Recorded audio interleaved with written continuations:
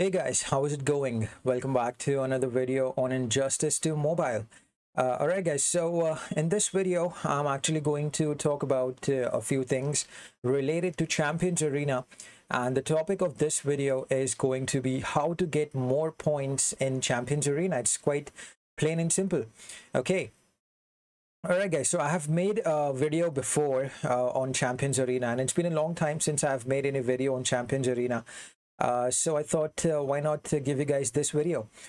So guys, previous video that I made was on how to rank higher on the leaderboard. I mean, the division-wise leaderboard, and get to division 3, 4, 1, and 2. But in this video, we are just going to talk about how to get more points. We're just going to focus more on getting points, teams that you can fight, how to set up the defensive team and stuff like that.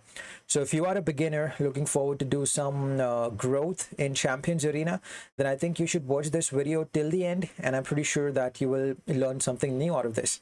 Alright guys, so before we get into the video, I just wanted to let you know that if you are new to the channel and if you are watching this video for the first time, I would like to ask you to please subscribe to the channel and click on the bell notification for further updates on videos just like this. Alright guys, so as you can see on your screens, it's Champions Arena. So I am currently on Division 4, which is called as Vanquisher. And let me show you the rewards that I'll get in order to, after I finish off this season, which is 1200 gems and 50 might class shards for gold characters and silvers. These are not applicable. These or the prismatic shards are not applicable on legendary characters. So make sure that you remember that. All right, guys. So, the first thing that, most of the people think when they play Champions Arena is that it is kind of boring, you have to change the team for every match. Unlike Arena, you have like 5 pips for a particular team and then you can change the team. But over here, you need to play with one team at a time, even though you play 3 matches, but still, you need to keep changing your team consistently, and the grind in Champions Arena can become boring at times. Okay, so the first thing that you can do in order to get more points is your selection of your opponents, okay, which is probably the most important part in this particular game mode. Now take a look at this. There is a team that will give us 4 points. There are 3 kind of teams that will give you different kind of points. The first one is just one set of team which will give you 1 round, and you will just get 4 points for it if you win. There is another set of team which will give you 2 rounds, which means 2 teams, and you will get 6 points after you defeat, if you defeat this one of the both the teams. Yeah. And then there is a third one which will give you 8 points, and which will obviously give you 3 teams to fight. All right, guys. Now, if you take a look at these teams, then the thing is that you need to pick those teams which you can defeat. It's pretty simple, and take a look at this. It's 6 points, but the team is pretty strong, even though it's having silver characters. But for a lot of beginners, even this team might be strong because of Grodd, or maybe because of Power Girl. The power cost is kind of low. So I think the best team over here to fight is this one. Even if there are like 3 rounds over here, you can still take them down even with your basic team, even if you are a beginner, and it will still give you 8 points. And there are certain characters actually that you should avoid when you are a beginner. If you are a pro player, you got all the legendary characters, you got every damage dealer in the game or every support character in the game, then you can go and fight with anyone you want. But if you are a beginner, if you've just started playing the game like 4 or 5 months ago, you don't have quite strong teams just yet, then you need to select your opponents, which you're fighting against. And I'm not just talking about the points or the rounds over here. I'm actually talking about the characters that you will fight. Now, you should avoid fighting the Justice League team, Batman Ninja team, okay? You should avoid fighting any legendary character, and if it's a damage dealer, you should avoid it. Any legendary damage dealer or any gold damage dealer, you should avoid them. And any character like who is having a refractive shield, or characters who can do pretty decent damage with their first couple of specials, like Power Girl. Eventually Power Girl will also reduce the power cost. So you need to choose your opponents wisely. You cannot just go in there and start fighting with whoever you want to, just because you feel like you can defeat anyone. That's not the case over here. That won't work. Maybe you will eventually win round one, round two, but in the third round you just won't have enough health on your characters to defeat the opponent. you know so choosing the opponent is very important over here. And but yeah, if in case you proceed further in the game, and if you have like some decent gold or damage dealers or legendary characters, again damage dealers, then you can go and fight with any team you want to.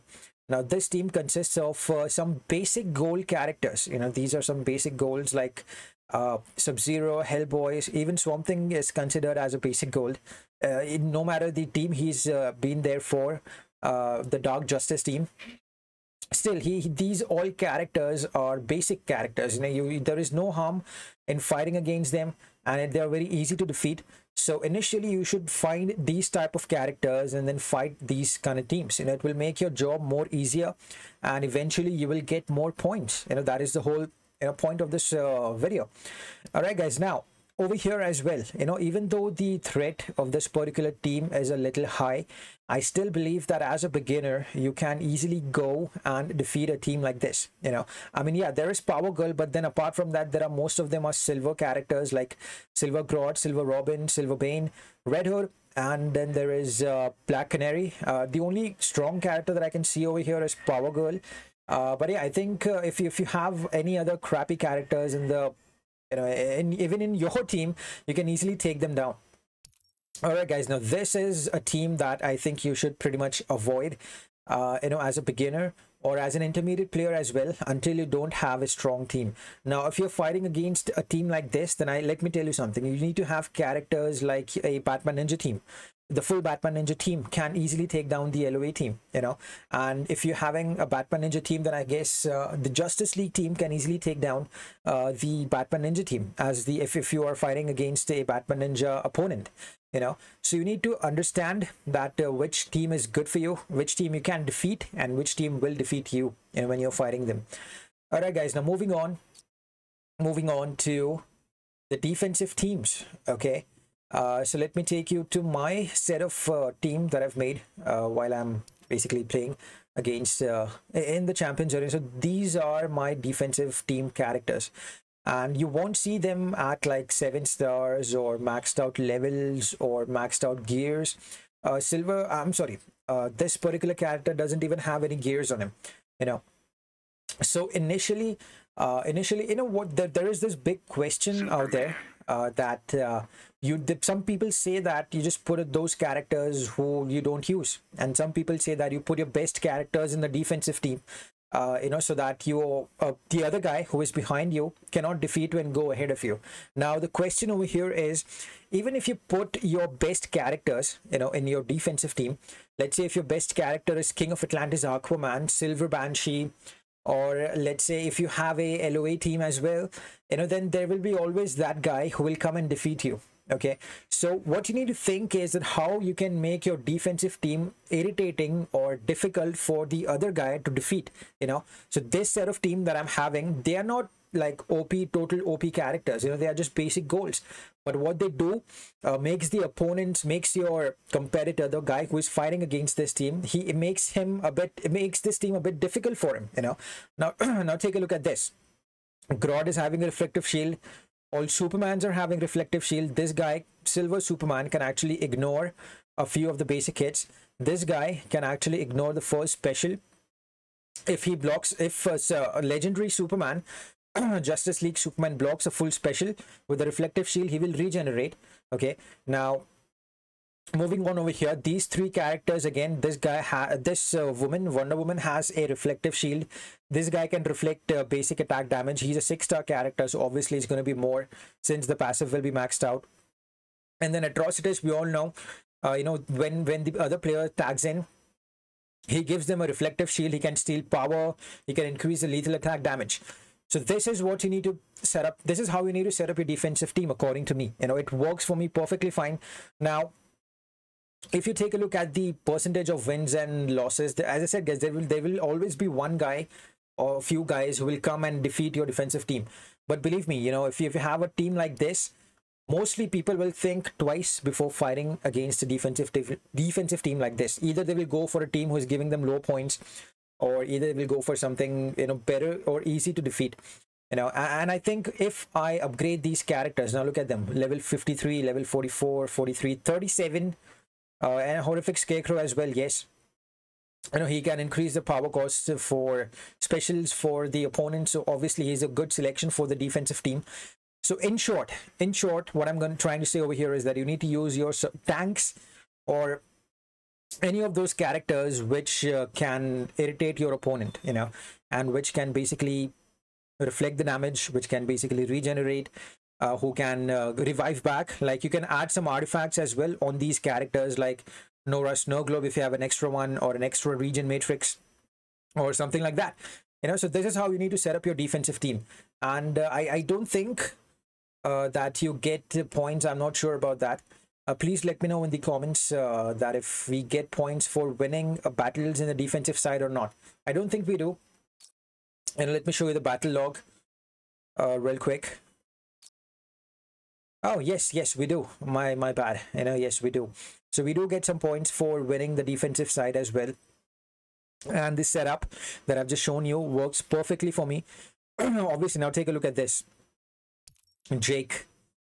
I don't know if he is watching the video, but this guy has a decent roster. You know, he can easily take my team down. Sorry, my bad. Robert. Okay, this guy has a huge roster, so obviously he can take my team down. So these are the guys who will eventually, you know, defeat any team. You know, but if there is a beginner, you know, over there now, look, 15, almost 16 million. So obviously he's going to take any team down that is coming in front of him. Now take a look at this guy, the guy which against my defense, who basically lost against my defensive team. Oh, it's 23 million guy, and he still lost. He still lost. So this is what my defensive team can do, actually. All right, guys. Now we talked about what opponents we need to fight. We talked about the defensive team, and now let's talk about which is best for you. You know, if it's a 4-point team or a 6-point team or an 8-point team. Now it's quite easy to figure out that you know, the more points, if you want more points, you need to fight at least one of these two. It's as simple as it sounds. You know, if you're fighting all the time 4-point team because they are easy, it's just one round, you're just not going to get enough points, guys. You know, you need to focus more on defeating teams who are at 8 points, who are going to give you 8 points and 6 points eventually. You know, even if you fight mostly teams at 6 points, you will still be better, you know, than fighting teams with 4 points. Now, eventually what will happen is you will come across a place where you see that there is an opponent who is having 3 million health, 3 million roster threat characters, like the LOA team, the Batman Ninja team, you know, the Justice League team available. You just cannot defeat that team. You know, then at that point you can try fighting 2 of these teams, but eventually, you know, you will see that, you know, if you're fighting these 2 kind of teams in like 8 points and 6 points, you will eventually end up a lot higher than what you will if you fight 4-point team. All right, guys. So yeah, I think that covers pretty much it. If you guys have any questions or any doubts about this video or anything that you would like to add, please be sure to leave a comment down below, and I'll be happy to answer your questions and your queries. All right, guys. So that was the little guide that I've made on how to get more points on Champions Arena. So, guys, thank you for your time. You guys have a great day ahead. Take care of yourselves. Be blessed and stay safe. Have a good one, guys. Bye-bye.